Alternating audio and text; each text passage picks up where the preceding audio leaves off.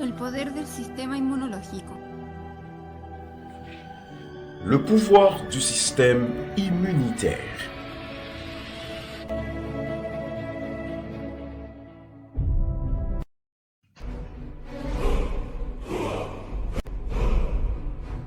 Hola, buenas tardes a todos, de nuevo contigo, Eureka. Gracias por su apoyo y gracias por compartir nuestros videos y así ayudarnos a llegar a la mayor cantidad de personas posible. Nuevamente, el tema de hoy es microorganismos beneficiosos parte 2. Bonjour, bonsoir à tous. Encore avec vous, Eureka. Merci pour votre soutien et merci d'avoir partagé nos vidéos. Et ainsi, vous nous aidez à sensibiliser le plus grand nombre de gens possible. Encore une fois, le sujet d'aujourd'hui est les micro-organismes bénéfiques, partie 2. Los microorganismos en forma de virus, hongos, bacterias y protozoos son omnipresentes. Aunque los virus, priones y viroides no están actualmente clasificados como seres vivos por la comunidad científica a nivel mundial, su estudio se realiza inicialmente desde el campo de la microbiología, bacteriología, biología y medicina. Les micro-organismes sous forme de virus, champignons, bactéries et protozoaires sont omniprésents. Bien que les virus, prions et viroïdes ne soient pas actuellement classés comme les êtres vivants par la communauté scientifique au niveau mondial, leur étude est réalisée dans un premier temps à partir du domaine des microbiologie, bactériologie, biologie et médecine. De hecho, su importancia para los humanos es consecuencia en parte de la alta presencia de estos en el cuerpo humano, que contiene 10 veces más bacterias que células humanas, por lo tanto, es imposible evitarlos, porque son parte de nosotros. Como la gripe y los resfriados son dañinos, hay muchos más que son increíblemente útiles y tienen usos en todas partes, desde la agricultura hasta la tecnología médica avanzada.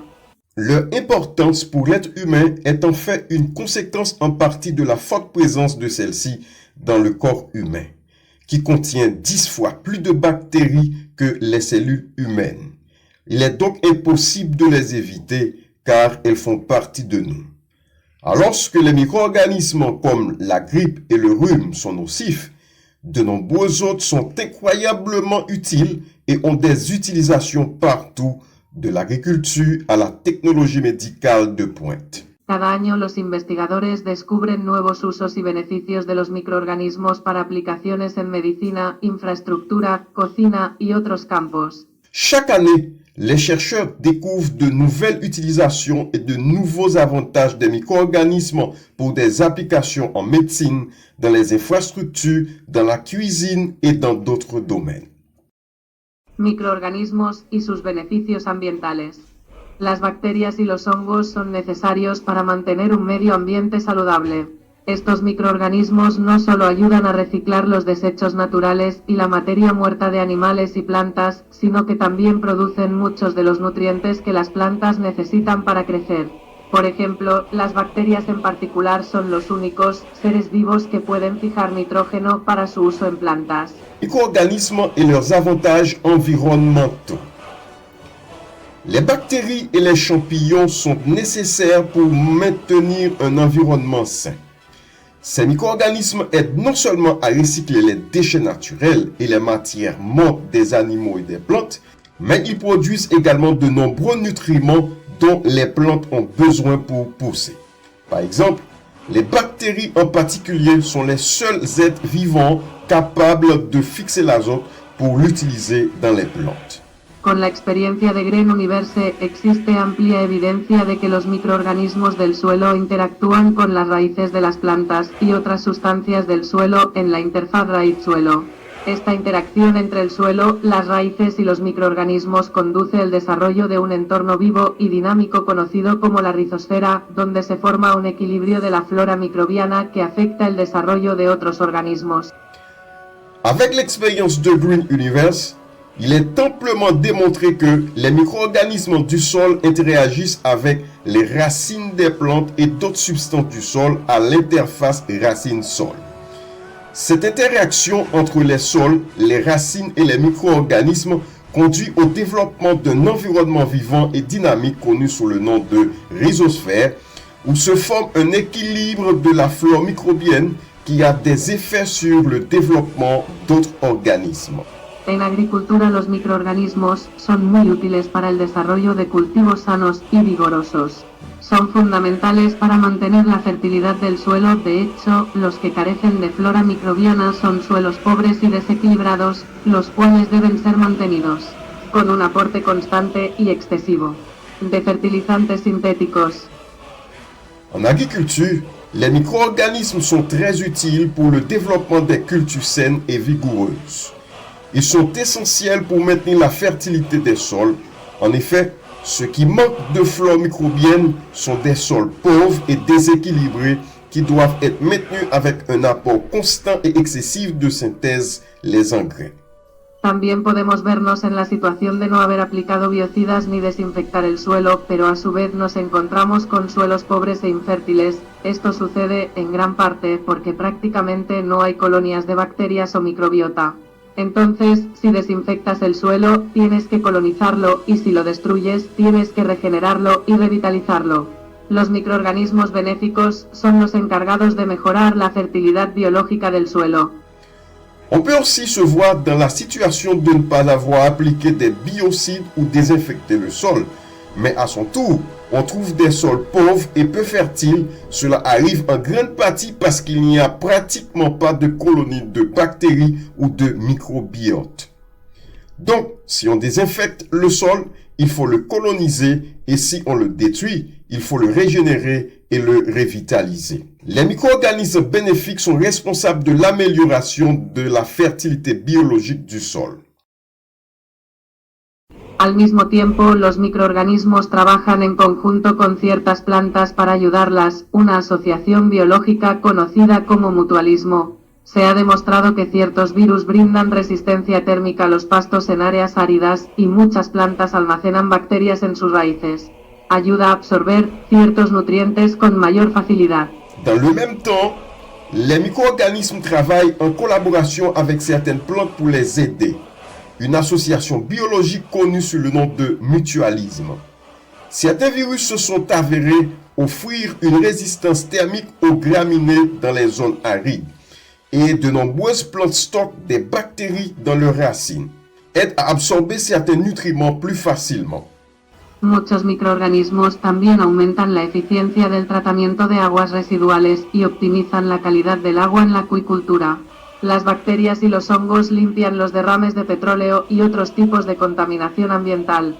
Según la Agencia de Protección Ambiental de los Estados Unidos, EPA, la bioremediación es un tratamiento que utiliza organismos naturales para descomponer sustancias peligrosas en sustancias menos tóxicas o no tóxicas. De nombreux micro-organismes augmentent également l'efficacité du traitement des eaux usées et optimisent la qualité de l'eau en aquaculture. Les bactéries et les champignons nettoient les déversements de pétrole et d'autres types de contamination environnementale. Selon l'Environnement Protection Agency EPA des États-Unis, la biorestauration est un traitement qui utilise des organismes naturels pour décomposer les substances dangereuses en substances moins toxiques ou non toxiques. Microorganismos y sus beneficios dietéticos. Además de sus beneficios ambientales directos, los microorganismos son socios importantes cuando se trata de crear alimentos. Se pueden utilizar para aumentar la fertilidad del suelo y aumentar el rendimiento de los cultivos. También son necesarios para la elaboración de productos como pan, cerveza, vino y queso, así como para el cultivo de café. Les micro-organismes et leurs avantages alimentaires. En plus de leurs avantages environnementaux directs, les micro-organismes sont des partenaires importants lorsqu'il s'agit de créer des aliments. Ils peuvent être utilisés pour augmenter la fertilité du sol et augmenter le rendement des cultures. Ils sont également nécessaires lors de la fabrication des produits tels que le pain, la bière, le vin et le fromage, ainsi que lors de la culture du café. Al mismo tiempo, los alimentos con propiedades probióticas como el yogur y ciertos tipos de chocolate aportan microorganismos útiles para nuestro sistema digestivo. Dans le même temps, les aliments aux propriétés probiotiques comme le yogourt et certains types de chocolat fournissent des micro-organismes utiles à notre système digestif. Microorganismos y sus beneficios corporales. Los microorganismos conocidos como microbiota intestinal nos ayudan a digerir los alimentos y a regular la producción de vitaminas y nutrientes esenciales para mantener nuestro cuerpo fuerte y saludable. Las bacterias son la primera línea de defensa del cuerpo humano contra las infecciones gastrointestinales. Les micro-organismes et le bienfait corporel. Les micro-organismes connus sous le nom de microbiote intestinal nous aident à digérer les aliments et à réguler la production de vitamines et de nutriments essentiels pour garder notre corps fort et en bonne santé. Les bactéries sont la première ligne de défense du corps humain contre les infections gastro-intestinales. Estos microorganismos producen antibióticos naturales en nuestro cuerpo para repeler los microorganismos dañinos. Si un virus extraño ingresa a su cuerpo, los virus beneficiosos que ya tiene pueden retardar la propagación viral en el cuerpo. Ces micro-organismes produisent des antibiotiques naturels dans notre corps pour repousser les micro-organismes nocifs. Si un virus étranger pénètre dans votre corps, les virus bénéfiques que vous possédez déjà peuvent ralentir la propagation virale dans le corps. Microorganismos y sus beneficios médicos. Aunque algunas especies de microorganismos pueden enfermarlo, la medicina moderna no existiría sin un estudio cuidadoso de ellos. Las bacterias y los virus son componentes clave de las vacunas que previenen la propagación de enfermedades que alguna vez fueron fatales como la viruela. Gracias a los estudios realizados con determinados hongos, ahora es posible disponer de antibióticos como la penicilina en sus diferentes generaciones. Les micro-organismes et le bénéfice médicaux. Bien que certaines espèces de micro-organismes puissent vous rendre malade, la médecine moderne n'existerait pas sans une étude minutieuse de ceux-ci. Les bactéries et les virus sont les composants clés des vaccins qui empêchent la propagation de maladies autrefois mortelles comme la variole. Grâce aux études menées avec certains champignons, il est aujourd'hui possible de disposer d'antibiotiques comme la pénicilline dans ces différentes générations. Hoy en día, los microorganismos nos permiten cultivar artificialmente sustancias útiles como la insulina y las hormonas del crecimiento humano. Además, los virus reprogramados se utilizan a menudo como mecanismos de administración de fármacos. Aujourd'hui, les micro-organismes nous permettent de cultiver artificiellement des substances utiles telles que de l'insuline et les hormones de croissance humaine. De plus, les virus reprogrammés sont souvent utilisés comme mécanisme d'administration de médicaments. Microorganismos y sus ventajas tecnológicas. Las aplicaciones de los microorganismos en nuestro mundo están en constante estudio. Se ha teorizado que algunos hongos tienen propiedades anticancerígenas, mientras que otros se utilizan actualmente como herramienta de edición de genes.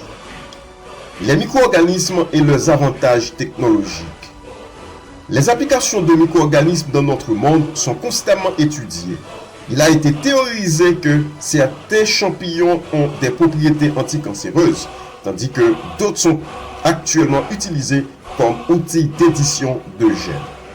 Los virus tienen el potencial de actuar como el futuro de la nanotecnología y las bacterias se están probando actualmente como un componente importante del hormigón autocurativo que podría revolucionar la infraestructura y la forma en que construimos edificios. Les virus ont le potentiel d'agir comme l'avenir de la nanotechnologie et les bactéries sont actuellement testées en tant que composant principal du béton autocicatrisant qui pourrait révolutionner les infrastructures, la façon dont nous construisons des bâtiments.